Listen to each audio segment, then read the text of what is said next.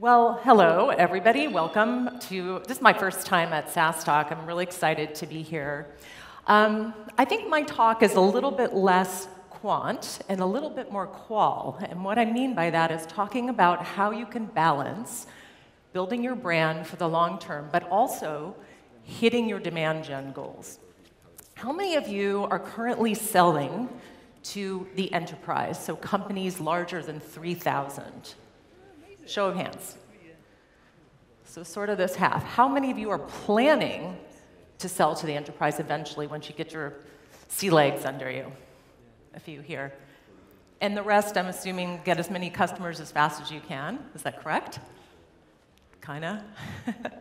Great. So what I'm going to talk about today is how you can use the work you do on your brand to actually sell more and win customers and keep them in the long term. And it's about choices and it's about focus. So building a brand to generate demand, here we're looking at that balance. Conventional wisdom, and I love VCs, I've spent my career working with VCs, but there's conventional wisdom that you're not ready for marketing. You're not really ready to build your brand yet. That's too expensive. Get product market fit, get your CEO out on the road, and then we'll worry about the brand later. Okay, but what is brand? I mean, brand is something that you own as a company. It is your DNA. It's your unique selling proposition, as somebody from Drift said. You need to think about it day one. But you also need to think about what is the best way to sell to your customers. Who the hell are they, and how are you going to do it? So just to level set a little bit, what does brand even mean? I mean, I actually talked to this startup referred from a VC friend, and I said, I was saying I'm giving this talk here in Ireland, and it's about brand and demand. He said, well, brand's terrifying. That's billboards, right? Isn't that T-shirts? I said, no.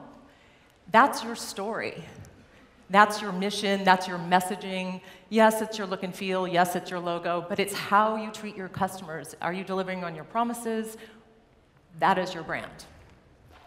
Also, how your product works. Is it simple? Is it hard? Does onboarding take 2 minutes or 20? We'll talk about some examples later. But what is demand? For us that are B2B marketers selling to the enterprise, account-based marketing, you've heard of it probably, it simply means pick the accounts you want to sell to and go for it. There's a little more to that. But inbound, having SDRs, content marketing, targeted ads, paid media, all of that is to drive demand. So you need to build awareness, educate your buyers, and consider how you are driving them to an outcome in your revenue. And then there's everything in between. This is a totally ugly, crowded slide, and the reason why is because there's a lot of shit to do. A lot. I had somebody ask me, well, you have a really small team in marketing, and how do you guys get everything done? I said, Dobby the house elf. He's like one of my best friends. Sorry, did I get lost? Okay, that was from Harry Potter, Dobby, yeah. But seriously, it's about choosing which of these things are going to work best for your audience. There's just a hell of a lot of stuff to do in marketing. It's like building a small army, mobilizing it.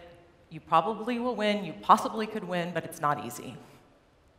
So here's the way that we do it. I'm going to take a pause for just a second and explain my background and kind of how I came to this way of thinking about brand and demand. I am the Chief Marketing Officer of SocialChorus. We're a workforce communications platform. We sell to very large companies who have distributed workers, frontline workers they can't connect to. And I also have taken companies to market here and taken European companies to market in the US. And I've worked at kind of Series A, employee number 11, to being now at a growth stage company.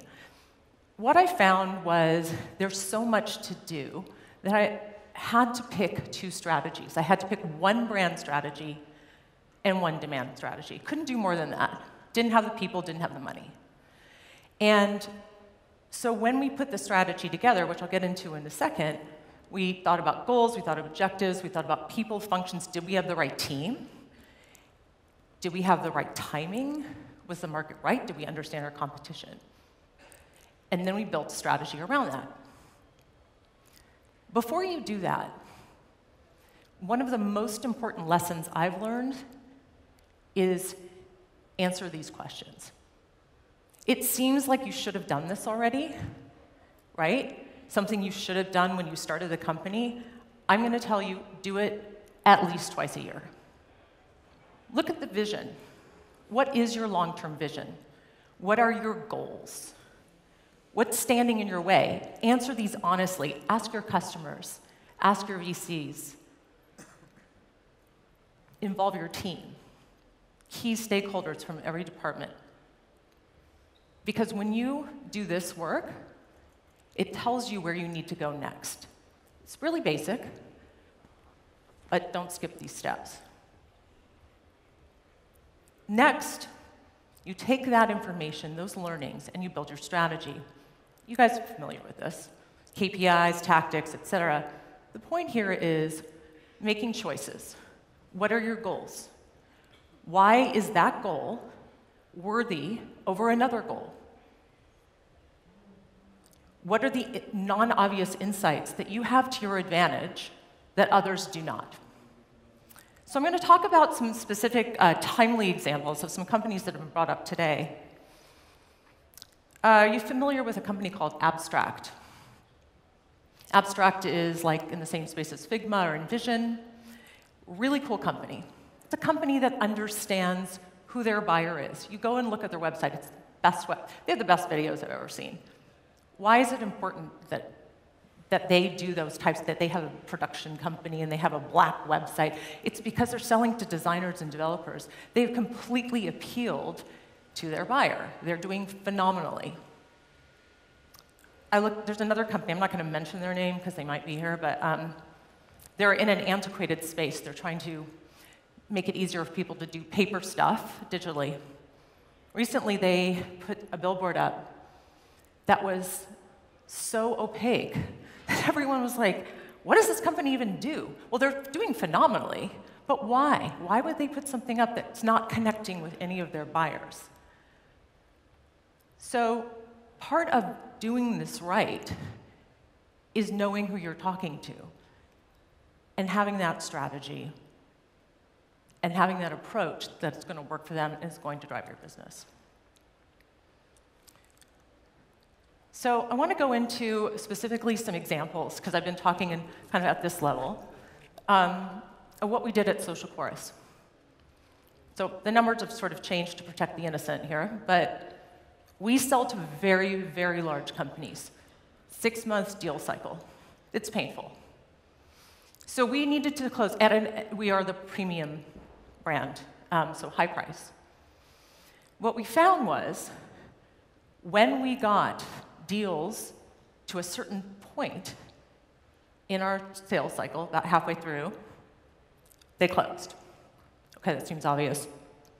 But it would take forever. Sometimes it would like close lost and then come back, like 9, close lost. It was really hard.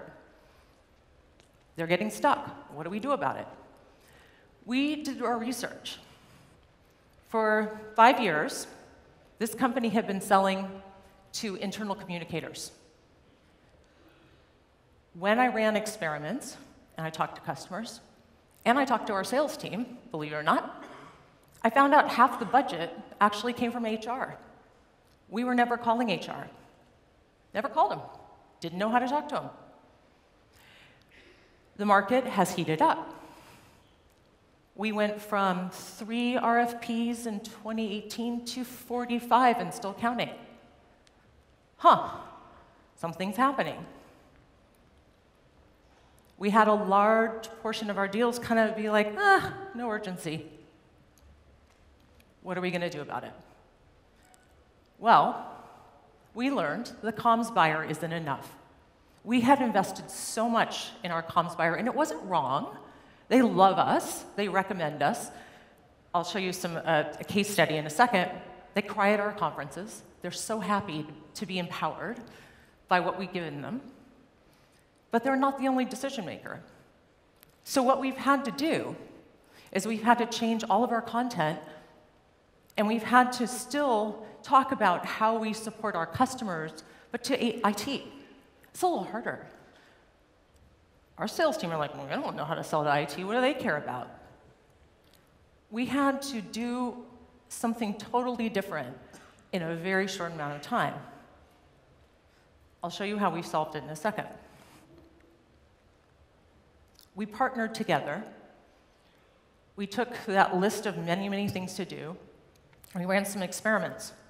And we saw that when we sent certain types of content to IT, they would sign up, literally like give their information, which is not very typical, because they wanted to read what were the trends in internal communications. How long would it take to set up our system? How did it integrate with everybody else? So it seems really simple. We just did a better job of targeting. The second goal, this is more around brand. We had to position what we did as a thing. Category, we've talked about a lot about that over the last 2 days. It's hard. But we really felt we had a category that was different. And why? Because we have a lot of communications tools, but we don't actually have a central source of truth for what goes out to employees. It's not HR software, it's communication software. It's the CEO does a video, and it goes to everyone in the company, not just the people who have a desktop connection. We had to drive demand with our customers, tell them why what we are doing could help their jobs. We had to tell HR how we could help them in IT. We had to train our customers on our product better to drive more adoption of all the new features we were releasing. Part of our brand was supporting our customers through that process. Reducing churn, which we have literally is a minuscule number now. We also learned that what our customers responded to, irrespective of their titles, was how to. How to do this. This is a new space. Through all of this and all of the features that we released, we had a huge victory about a month ago when Gartner put us in their market guide and said, this is a thing. They called it employee communications, whatever, we call it workforce. Still, it was a big victory for us, and it's only growing.